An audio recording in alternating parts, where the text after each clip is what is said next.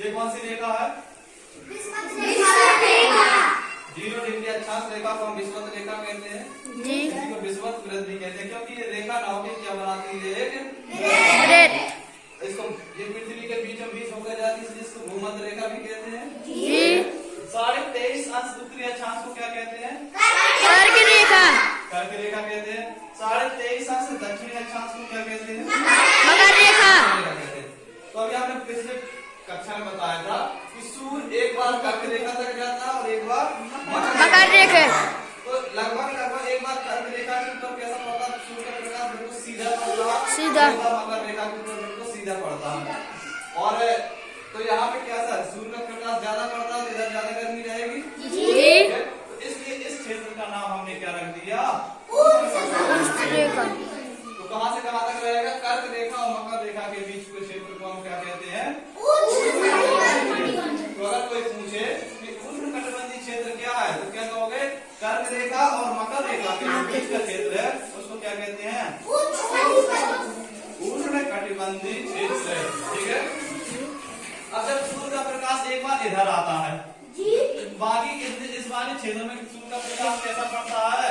तिरछा पड़ता है। कैसा पड़ता है? तिरछा। तो जब तिरछा पड़ता है तो ज्यादा गर्मी तो पड़ेगी नहीं, थोड़ी गर्मी पड़ेगी और जब यहाँ चला जाएगा तो थोड़ी सर्दी भी पड़ेगी। इसलिए हमने इस क्षेत्र का नाम रखा शीतोष्ण क्षेत्र। क्या शीतोष्ण का मतलब है शीत और उष्ण, गर्मी और सर्दी दोनों। शीतोष्ण क्षेत्र में गर्मी और सर्दी दोनों। तो ये कहाँ से कहाँ तक रहती है? 23.5 अंश उत्तरी अक्षांश से 6.5 उत्तरी अक्षांश के बीच और इधर नीचे 23.5 अंश दक्षिणी अक्षांश। तो इस क्षेत्र को अगर कहेंगे कर्क रेखा और आर्कटिक वृत्त के बीच उत्तरी ध्रुव में कहा कर्क रेखा और आर्कटिक वृत्त के बीच के क्षेत्र को क्या कहेंगे? उष्णकटिबंधीय क्षेत्र, शीतोष्णकटिबंधीय क्षेत्र। क्या कहेंगे? और अगर दक्षिणी क्षेत्र में बात करें तो कहां से? 23.5 दक्षिणी अक्षांश से 66.5 दक्षिणी अक्षांश मतलब मकर रेखा और अंटार्कटिक के जो बीच का क्षेत्र है इसको कहेंगे दक्षिणी शीतोष्ण कटिबंध। इसको उत्तरी शीतोष्ण कटिबंध उसका मतलब उत्तरी शीतोष्ण कटिबंध और इसका दक्षिणी शीतोष्ण कटिबंध। इधर सूर्य का प्रकाश कैसा पड़ता है? सीधा। ठीक है। और अगले रह गया कौन सा क्षेत्र? तीसरा है शीत कटिबंध।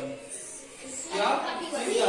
तो ये अगर उत्तरी क्षेत्र की बात करें तो देखो आर्कटिक वृत्त के जो ऊपर का क्षेत्र है और अंटार्कटिक वृत्त के जो नीचे का क्षेत्र है इधर सूर्य बिल्कुल तिरछा ऐसा दिखाई देता जैसे जुगनू हो। कैसे दिखाई देता? बिल्कुल जैसे धरती से अभी निकल रहा हो तो इतना ही दिखाई देता और खत्म हो जाता। तो यहाँ पे सूर्य का प्रकाश तो बिल्कुल थोड़ा आता है लेकिन गर्मी तो आ नहीं पाती है। तो इधर पड़ती है इस वाले क्षेत्र का हो कि पृथ्वी आकाश से मिल रही हो। क्षितिज क्या है?